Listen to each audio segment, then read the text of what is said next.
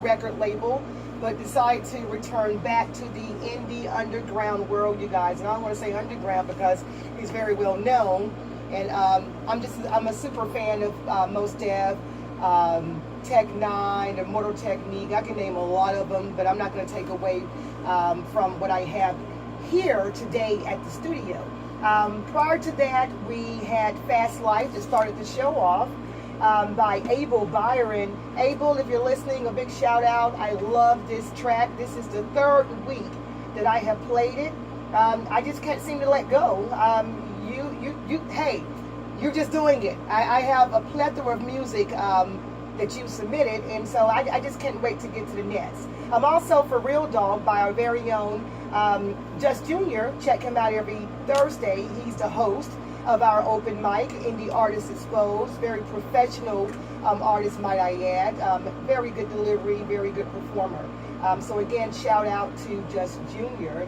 And we also have the lovely, oh my gosh, neo soul R&B artist Ebony Camille. Very humble, might I add. I love her to death. She's beautiful not only on the outside, but mostly on the inside. I love you dearly, Ebony. Shout out to Ebony Camille.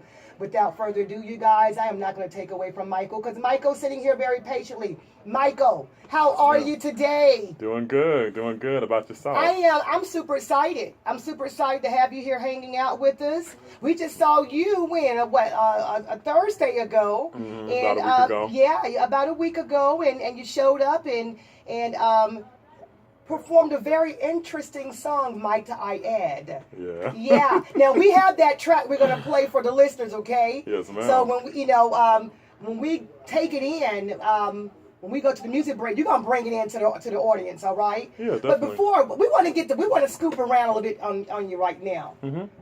Where are you from? Now I already know. We asked it prematurely. Let the listeners know where you're from exactly. I'm from Atlanta, Georgia. Like I said, I'm originally from Atlanta, okay. But I also stayed in Buffalo, New York for a small period of time, and I would visit all the time. And my mother is from there. Okay. She's from Buffalo, but she also lived in Brooklyn and Yonkers. Oh, wow. Okay. All right. So now, so you're one of us, and so I take it that so far so good here in the ATL, right? Somewhat, yeah. It was a struggle growing up. I'm not gonna lie. Okay. I'm not gonna front. But that's what makes you the man that you are today. Yes, ma'am. Yeah. Sometimes those struggles make you turn out pretty darn well. Yes, ma'am. Oh, yeah. Mm-hmm. Well, look, I always got to snoop as far as this. You are, now how would you label yourself? I mean, is it appropriate to say R&B artist? Yes. I'm an R&B artist, but I also do hip-hop, but I'm transitioning more to R&B. You do some hip-hop, Michael? Mm-hmm, you want to give us a little taste one day, right? It's a little bit. I know you're trying to go into another direction. Now, what prompted you to try to go into the R&B sector? Well, because when I first started out with my music, there was a lot of people that had heard my hip-hop side but haven't heard my R&B side, and I wanted to show more of that side because I know I have a lot to offer on that side, too. Okay. So you're just a multi-talented person. And speaking of multi-talented, an actor. You took the word.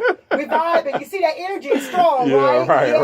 Yeah. Now tell us a little bit about that. What have just kind of give us a sneak peek into the experience you've done thus far as being an actor. Well, when I was a kid, I started doing stage plays, and then when I was 19 years old, I did it again. Okay. And then some of my friends and family were behind the scenes, wanted to do video directing and stuff. And we was all talking about as far as me doing the same thing and plus being an actor, so it inspired me to really go hard with it. Okay.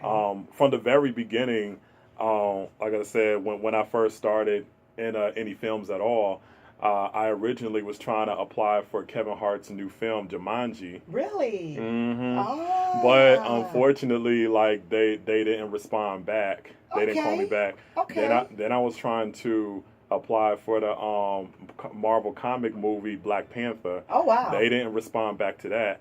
But when I applied for BET's The Quad, I don't know if you heard of The Quad on BET. Anika Rose is in there. Yes. She was in the movie for Color Girls, and she also played as be a voice of that little black girl in the green dress, the frog princess. Okay. But they reached out to me and they wanted me on there because they like my pictures. I gave them my info and I sent them some pictures. I was a casting extra in BET's The Quiet. Okay. I was a casting extra in Oprah's Greenleaf. Get up out of here. I swear to God. Wow. The only thing that I really was kind of bummed out is that I didn't see Oprah. I wanted to see her so bad. You wanted to see Oprah, yeah. Yeah. That's okay. I'm sure she's seen you, when she's reeling back the film and like, okay, all right. You never know. Never know. But there were other actors and actresses that I admired seeing too. Okay. I saw what's his name? Lamar Rucker. He played as Jill Scott's wife in the movie Why'd I Get Married 1 and 2 and Meet the Browns, the TV show. I saw him on set several times. One. Yeah. I saw him on set. I saw the lady who played in the movie A Thin Line Between Love and Hate, the lady who was shooting at Martin Lawrence, she was on set. Okay. I actually talked to her and she was very sweet. Awesome. She's a sweet lady. Awesome. I saw the guy. I don't know why I'm forgetting the names. I don't know why. That's okay. But the dude who played as Lauren London's dad in that movie ATL, he's on set. Okay, all right. So you had the opportunity of coming across some very amazing actors and actresses. So that's good. So you're aligning yourself in the right direction.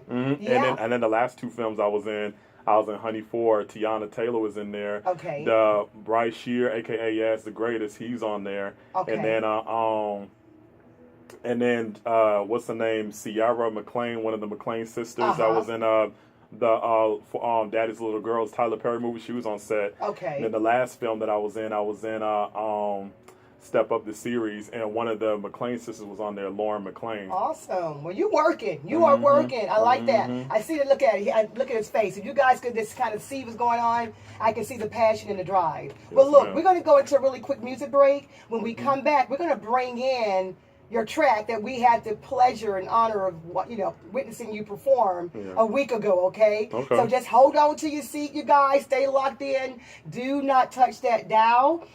Coming up, we just have some really, really amazing tracks. So if you know what? I failed to mention, get the TuneIn app. If you are having a hard time reaching us with the reception, download the TuneIn app, you guys. But coming up is going to be Money Ain't a Thing by Kitsch and Deathstroke by D.C.